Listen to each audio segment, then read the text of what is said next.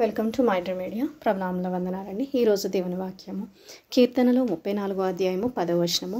సింహపు పిల్లలు లేమిగలవై ఆకలిగొనును, యెహోవాను ఆశ్రయించు వారికి ఏ మేలు కొదువై ఉండదు. అవునండి, సింహపు పిల్లలైనా ఒకవేళ లేమి కలవై వాటికి ఆకలి కొని ఉంటాయి అంట, కానీ అంటండి దేవుణ్ణి, మన గొప్ప దేవుణ్ణి ఆశ్రయించే వారికి ఏ మేలు కూడా అది కొదువుగా ఉండదంటండి. అవునండి, మరి ఒక దేవుని సేవకులు ఈ విధంగా చెప్తున్నారండి. ఏంటంటే ఆయన సేవ ఆరంభించిన దినంలో చాలా డబ్బు ప్రాబ్లం ఆయన ఫేస్ చేశారంటండి. అయితే ఒకసారి మరి ఆయనకి చాలా డబ్బు అవసరం ఉందంట.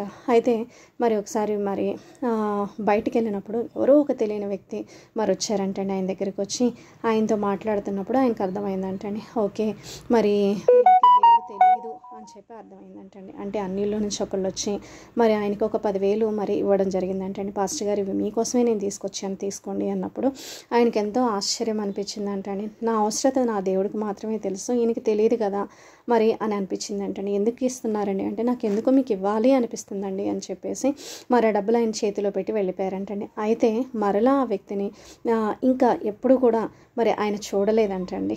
అవునండి, మరి దేవుడు ఎంత గొప్ప దేవుడు అండి. మరి ఎవరి ద్వారా అయినా సరే, ఎటు నుంచైనా సరే మరి దేవుడు మనకి ఏం చేయగలరంటే సహాయం చేయగలిగిన దేవుడు అండి. అవునండి, మరి ఏలియా ఆకలి కొనినప్పుడు మరి ఆయన ఎవరితో ఆహారాన్ని పంపించారండి? మనుషులతో కాదండి.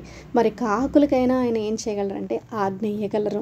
మరి ఆయన పిల్లలని ఆయన పోషించడం కొరకు. అవునండి, ఈరోజు ఇది నా జీవితంలో కొదువుగా ఉంది, ఇది ఏ విధంగా జరుగుతుంది, ఇది ఏ విధంగా నేను ముందుకెళ్తాను అని చెప్పి మీరు దిగులు పడుతున్నారేమో, భయపడుతున్నారేమో, కానీ ప్రభువారు సెలవిస్తున్నారండి, యెహోవాను ఆశ్రయించు వారికి ఏ మేలు కూడా కొదువై ఉండదంటండి. అవునండి, ఈ వాక్యంతో నాకు ఎన్నోసార్లు నేను ఒకసారి ఆలోచిస్తుంటే ఇది ఎలా జరుగుతుంది అని చెప్పి నేను ఆలోచిస్తున్నప్పుడు ఇది మా కిచెన్లో ఈ వాక్యం ఉంటుందండి. యెహోవాను ఆశ్రయించు వారికి ఏ మేలు కొదువై ఉండదు. ఈ మాటతో ఎన్నోసార్లు ప్రభు నన్ను బలపరచడం జరిగిందండి.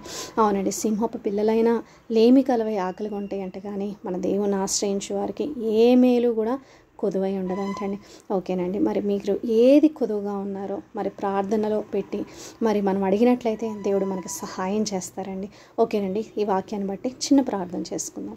పరిశుద్ధుడా, ప్రేమ కలిగిన తండ్రి, నాయనా ప్రభా, యేసయ్య, సింహపు పిల్లలైన ప్రభా లేమి గలవై ఆకలిగా ఉంటాయి, కానీ ప్రభా మిమ్మల్ని ఆశ్రయించు వారికి ఏ మేలు కొదువై ఉండదు అని ప్రభా మీ వాక్యం సెలవిచ్చుచుండగా ప్రభా దేవా, నాయన ప్రభా, ఎవరైతే కొదువులో ఉన్నారో, ఎవరైతే కొరతలో ఉన్నారో నాయన, ప్రతి కొదువ ప్రతి కొరత మీ నామలో తీర్చమని దేవనని అడిగి వేడుకొంచున్నాను. యేసయ్య ప్రభా, మీరే సహాయం చేయమని దేవనని అడిగి వేడుకొంచున్నాను.